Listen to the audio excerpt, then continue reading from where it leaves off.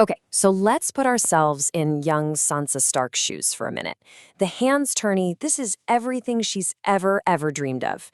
You've got the shining armor, the roaring crowds, all these legendary knights. I mean, it's pure magic to her. And she sums it up perfectly, just in this moment of total awe when she says, "It is better than the songs." And really, that one single line, it just perfectly captures the absolute peak of this dream. So in this explainer, we're going to look at how this seemingly perfect fairy tale, this song that's come to life, starts to completely unravel. We're going to see it reveal this brutal, terrifying reality that's been hiding just underneath the whole time. It's a journey from a dream straight into a nightmare. All right, so let's start right where Sansa starts, inside a world that feels like it's been plucked straight out of a storybook.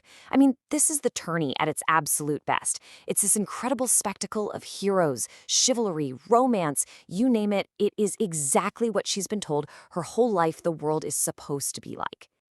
And I mean, just look at this lineup. It is a literal who's who of legendary figures. You've got the Kingsguard, looking almost impossibly pure in that milk-white armor. You've got Sir Jaime Lannister, infamous but absolutely dazzling in his gold armor. And then there's Thoros of Myr with his flaming sword. Come on. For a girl who's been raised on all these songs and stories, this is like watching her heroes just step right off the page and into real life. And then comes the absolute crowning moment of this entire dream. The handsome young champion, Sir Loras Tyrell, the Knight of Flowers, he actually stops right in front of Sansa. He hands her a single red rose and says this line that is it's pure poetry. In that moment, Sansa isn't just watching the story anymore. She is the story. And the fantasy just keeps on rolling right into the feast. Prince Joffrey, who's been pretty cruel up to this point, suddenly transforms into the perfect gentleman. He's handsome, he's courteous, he even feeds her the first sweet himself. So yeah, surrounded by all this magical music with a charming prince at her side, the dream is 100% complete. But this is where everything starts to shift. Because, a perfect image like this, it can't hold forever. That beautiful dream is just about to start fraying at the edges, and it's going to reveal something much darker, lurking just underneath. And then, just like that, bam. The fantasy is absolutely shattered by this moment of shocking, brutal reality. During a joust, Sir Gregor Clegane's lance hits a young knight from the Vale and kills him. Instantly. Right there in front of Sansa. And suddenly, this game is no longer a game. And just listen to the way this is described. It's not just a death, it's painted as this gruesome, almost poetic image. The knight's blue cloak, it's got these white crescent moons on it. And as his blood soaks into it, the whole thing darkens, and the moons turn red, one by one. It's just a horrifying visual, and it perfectly captures how violence is now invading her fairy tale. And this right here, this is where that storybook just completely falls apart. You have this incredibly stark contrast. On one hand, Sansa believes knights are supposed to be heroic, gallant, honorable. But what she sees in Sir Gregor is something else entirely. It's a force of just pure, terrifying brutality. The whole ideal of knighthood, it just clashes violently with the reality of this man. And the cracks just keep on coming. The second one comes from the king himself. You've got Robert Baratheon, drunk and furious, just screaming at the queen in front of the entire court. I mean, that regal, noble image of a king, it just dissolves into this drunken, embarrassing tantrum, and the whole illusion of courtly behavior is shattered. And poof!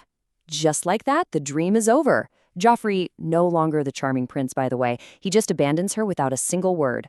The feast is done, her septa is passed out drunk, and Sansa is left all alone in the dark with the one person she is absolutely terrified of, Joffrey's bodyguard, the Hound.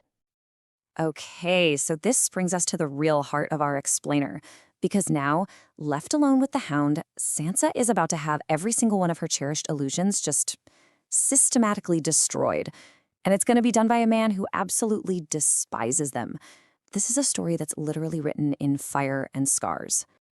So this all leaves Sansa with this huge, fundamental question, right? The one that's been bubbling under the surface all day long. What is the real truth behind all the beautiful songs, the shining knights, and their so-called sacred vows? Well, the Hound, he's about to give her the answer, whether she wants it or not. So Sansa tries to use her courtly manners, She calls him Sir Sandor, trying to be proper, and he just immediately shuts her down. He violently rejects the title of knight. He literally spits on the entire idea of it. And you've got to understand, this isn't just him being rude. It's a complete and total rejection of the entire world Sansa has been taught to believe in. And then he drops the first devastating truth bomb. That young knight's death? Yeah, that wasn't a tragic accident. The Hound tells her that his brother, Sir Bregar, noticed the guy's armor wasn't fastened right, and he intentionally aimed his lance to kill him. It was cold-blooded murder, just disguised as a tourney sport. And right here, he shows her exactly why he's so full of hate. He tells her the horrific story of how he got his scars, and he breaks it down piece by painful piece. First, it starts with a simple toy knight that he took from his older brother. The punishment for that? Gregor shoves his face down into a bed of burning coals. Then comes the deception. Their father covers the whole thing up, telling everyone his bedding caught on fire. And the final sickening hypocrisy? Years later, the very same monster who did this to him gets anointed and becomes Sir Gregor, a so-called true knight. So what happens now? I mean, Sansa can't unhear this. The truth she's just been given isn't just some ugly story. It's a dangerous, dangerous secret, and having to carry it around is going to change her forever. But in this moment, something pretty incredible happens. As she's listening to him, Sansa's terror of the Hound just dissolves, and it gets replaced by something totally different: sadness. She suddenly realizes the monster in front of her isn't a monster at all. He's a man who was horrifically victimized as a child.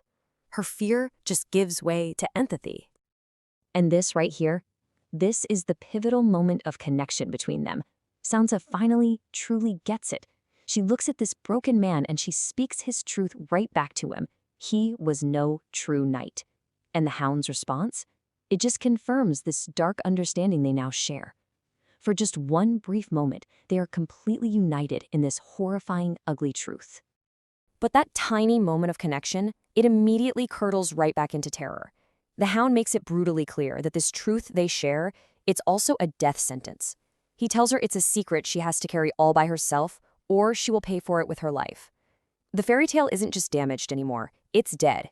And Sansa is left with a reality that is far more dangerous than any nightmare she could have ever imagined.